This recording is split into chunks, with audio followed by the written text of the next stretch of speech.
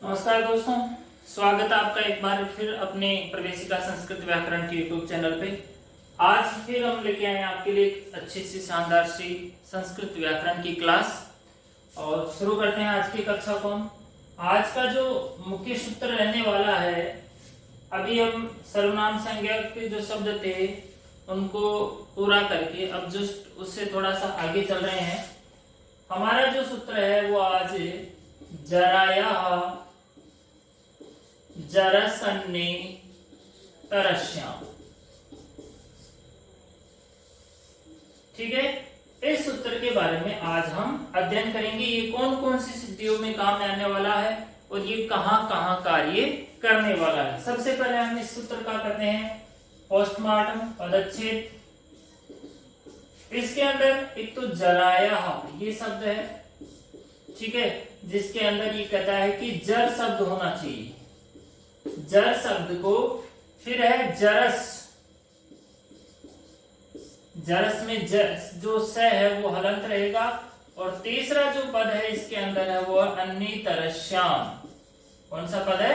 अन्यतरस्याम। अब इस सूत्र से जर शब्द को जरस आदेश होगा। जर शब्द को कौन सा आदेश होगा? जरस आदेश। जर सिर्फ जर तो जर का जर ही रहेगा, लेकिन यहाँ पे स आधा जो स है, हलंत जो स है वो भी इसमें जुड़े जाएगा। अब क्या सभी जर शब्दों को जरस आदेश कर देगा? अगर ऐसा होता तो फिर जर शब्द की आवश्यकता ही नहीं होती, सीधा हम जरस ही बना लेते। तो अब इसकी कुछ शर्तें हैं वो हम यहाँ पे पता लगा लेते हैं कि कहाँ कहाँ करेगा। इसकी जो वृत्ति है उसमें लिखा हुआ है अज आदौ विभक्तो। इसकी जो सूत्र की जो वृत्ति है उसमें ऐसा लिखा हुआ है कि अज आदौ विभक्तो। अज आदौ विभक्तो का मतलब क्या हो गया यहाँ पे?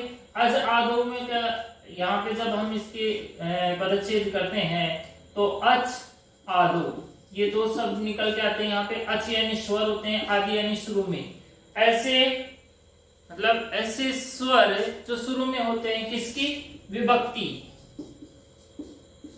विभक्ति का मतलब क्या है यहाँ पे? सुप और तिंग, क्योंकि विभक्ति संज्ञा किनकी होती है? केवल सुप और तिंग की। तो अब इस सूत्र का अर्थ जो है हमें धीरे धीरे समझ में आ रहा है कि ऐसे सुप और तिंग जिनके शुरू में अच होता है और वहां पर जर शब्द होता है तो उसको जर शब्द को जरस आदेश हो जाएगा। अर्थ यहां पे एक बार हम लिख लेते हैं। जर को जरस आदेश होगा। अच आदि विभक्ति, अच आदि विभक्ति में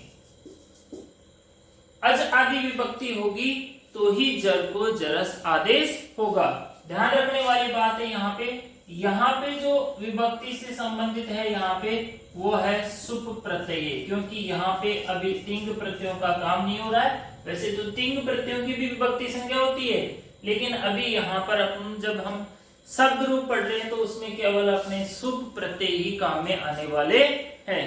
तो विभक्ति से हम सुप प्रत्यय समझेंगे। सुप प्रत्यय ऐसे जो शुरू में उनके अच आता हो और जर शब्द होता हो तो जरस आदेश हो जाता है। मैं आपको एक बार यहाँ पे बता देता हूँ कि कैसे ये काम करेगा।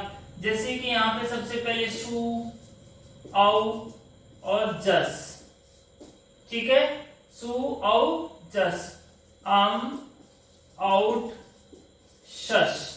अब देखो ये सूत्र क्या कहता है कि ऐसी विभक्तियां, ऐसे सुप्रत्यय जिनके शुरू में अच हो। इसके शुरू में अच है, इसके शुरू में अच है, जस का अस बसेगा तो इसके शुरू में भी अच हो जाएगा, इसका भी अस बसेगा तो इसके शुरू में भी अस हो जाएगा। अब बताइए जर को जरस आदेश कहां कहां होगा? सु में नहीं होगा, क्योंकि इसके शुरू में क्या है? हलंत, अच नहीं है, हल है, व्यंजन है। और बाकी इन सब के जगह यहाँ पर भी जो है अच है और इनके पे भी अच है, तो यहाँ पर जर को जरस आदेश हो जाएगा। और इसके बाद में भी अगर ऐसी कहीं पे कंडीशन होती है कि जहां पर अच से शुरू होता हो सुप प्रत्यय, तो वहां पर ये जर को जरस आदेश आगे भी करेगा। तो ये चीज बहुत अपने को आगे भी ध्यान रखना है कि जर को जरस आदेश कहाँ कहाँ होता है। तो ऐसे सुप प्रत्यय जिनके शुरू में अच आता हो वहां पर हम जर को जरस आदेश करेंगे। किस सूत्र से करेंगे? जराया जरस अन्य तरस्याम सूत्र से। अब यहाँ पर अपने पास सिद्धियां बनती है। एक तो बनती है निर्जरः, फिर बनती है निर्जरसो, निर्जरः है, निर्जरसो, फिर बनती है निर्जरसः है। ठीक है, इस तरह से यहाँ पर 3 सिद्धियां अपने यहाँ पे बनती है। सबसे पहली जो सिद्धि बनती है यहाँ पे निर्जर। अब इसके अंदर जो है निर्जर में निर्जर शब्द रहेगा। कौन सा शब्द रहेगा? निर्जर शब्द। जर शब्द तो रहेगा, साथ में निर भी रहेगा इसके। तो निर्जर शब्दार्थ यहाँ पे प्रातिपदिक संज्ञा हो जाएगी। प्रातिपदिक संज्ञा, प्रातिपदिक संज्ञा होने के बाद में अभी हम केवल ये बना रहे हैं निर्जर है। ये दोनों सिद्धियां इसके बाद बनाएंगे। ठीक है, प्रातिपदिक संज्ञा प्रथमा एकवचने सुप्रत्यय। कौन सा प्रत्यय हो जाएगा यहाँ पे? सुप्रत्यय। अनुबंध लोप, और यहाँ पे बचेगा निर्जर प्लस श। ये कंडीशन रहेगी, ये स्थिति रहेगी यहाँ पे निर्जर प्लस स। अब देखो ये सूत्र जो है जराया जरस अन्य तरस्याम, वो यहाँ पर काम नहीं करने वाला है, क्योंकि यहाँ पे जो प्रत्यय हुआ है वो सुप्रत्यय हुआ है, और सुप्रत्यय जो है अज आदि नहीं है, इसलिए यहाँ पे निर्जर का निर्जर ही रहेगा, निर्जरस नहीं होगा। ठीक है, इसके बाद में सकार है और रे का विसर्ग, और ये बन जाएगी निर्जर है। राम रहे की तरह निर्जर है बन जाएगी। ये तो बन गई ये वाली निर्जर है। ठीक है, अब बनाते हैं हम निर्जरसो। निर्जरसो कैसे बनेगी? निर्जरसो जो सिद्धि बनेगी उसमें भी कौन सा शब्द रहेगा? निर्जर शब्द रहेगा। ठीक है, शब्द तो यही रहेगा। इसको जर को जरस आदेश ये सूत्र आगे करता है। निर्जर शब्दार्थ प्रातिपदिक संज्ञा, यहाँ पे प्रातिपदिक संज्ञा हो जाएगी। प्रातिपदिक संज्ञा होने के बाद में ये जो निर्जरसो बनता है वो प्रथमा के द्विवचन में बनेगा। तो प्रथमा द्विवचने, प्रथमा के द्विवचन में कौन सा प्रत्यय होगा? प्रथमा द्विवचने। यहाँ पे हम द्वितीय द्विवचने भी बना सकते हैं, प्रथमा और द्वितीय दोनों साथ बना देंगे अपन। प्रथमा द्वितीय द्विवचने औ या औट दोनों कर लेंगे। टैका तो हलंतम से संज्ञा हो जाएगी औट प्रत्यय। ये प्रत्यय हो गया यहाँ पे। अब यहाँ पे ये प्रत्यय होने के बाद में यहाँ पे स्थिति बन गई निर्जर प्लस औ इत्यर्थ। निर्जर प्लस औ ये स्थिति यहाँ पर हो चुकी है। अब देखो ये जो औ प्रत्यय है वो अज आदि प्रत्यय है, मतलब ये स्वर से शुरू होने वाला प्रत्यय है, और इससे पहले जर शब्द आ रहा है, तो इसकी हर इस कंडीशन हर शर्त यहाँ पर लागू हो रही है। तो ये सूत्र यहाँ पर आएगा, इसको कोई नहीं रोक सकता, और आके ये जर को जरस आदेश करेगा। तो यहाँ पे करेंगे हम जराया जरसन्नी तरस्याम। आ गया तो ये काम भी करेगा। इति सूत्रेण जर स्थाने। देखो जो जर होगा वो हलंत नहीं होगा, अजंत होगा। ठीक है, जर स्थाने। अब जो इसके आदेश होगा इसके स्थान पर वो हलंत होगा। जरस आदेश कृते। ये ध्यान रखने वाली बात है, इसमें हम बहुत सारी गलतियां कर देते हैं। हलंत को अजंत कर देते हैं और अजंत को कई बार हम हलंत कर देते हैं। तो जर को जरस आदेश हो गया। ये जो जर था उसको यहाँ पे जरस आदेश हो गया है। तो यहाँ पर अब स्थिति बन जाएगी निर्जरस प्लस औ। ये स्थिति बन गई निर्जरस प्लस औ।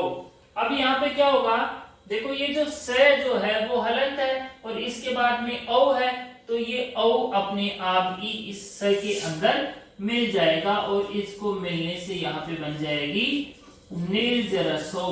यहाँ पे ना तो परतमय पुरुष वर्ण आएगा ना नादीची आएगा, किसी की आवश्यकता नहीं है, वृद्धि रेची किसी की भी, स हलंत है तो औ इसके अंदर स्वतः ही मिल जाएगा और जैसे ही ये मिलेगा यहाँ पर सिद्धि बन जाएगी निर्जरसौ इति रूपम सिद्धम।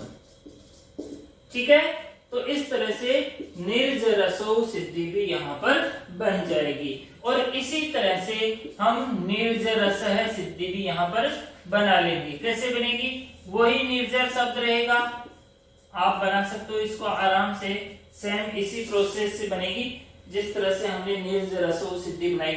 निर्जर प्रथमा बहुवचन में यहाँ पे जस होगा और जस का यहाँ पर क्या बचेगा, अश, तो ये भी अजादी हो गया, आजादी हो गया तो जर को कौन सा आदेश हो गया, जरस, तो यहाँ पे निर्जरस, निर्जरस हो गया प्लस अस।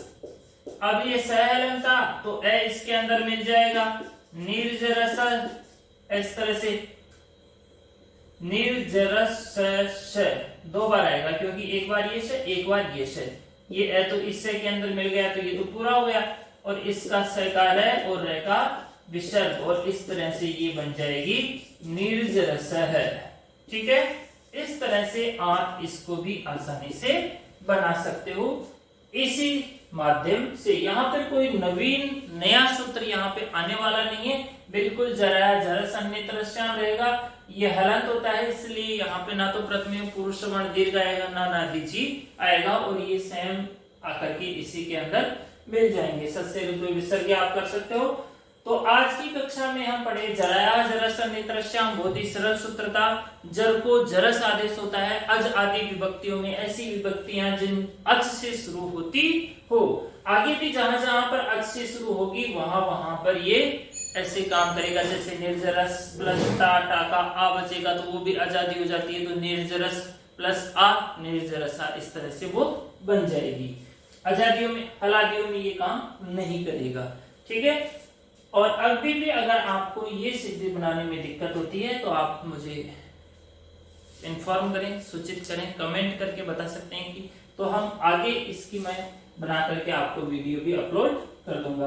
तो ये थी आज की अपनी जराया जरस अन्यतरस्याम की सिद्धियां। तो आप इसका स्क्रीनशॉट ले सकते हैं जिससे आसानी से आप इसको अपनी नोटबुक में उतार सकें। थैंक्स, धन्यवाद।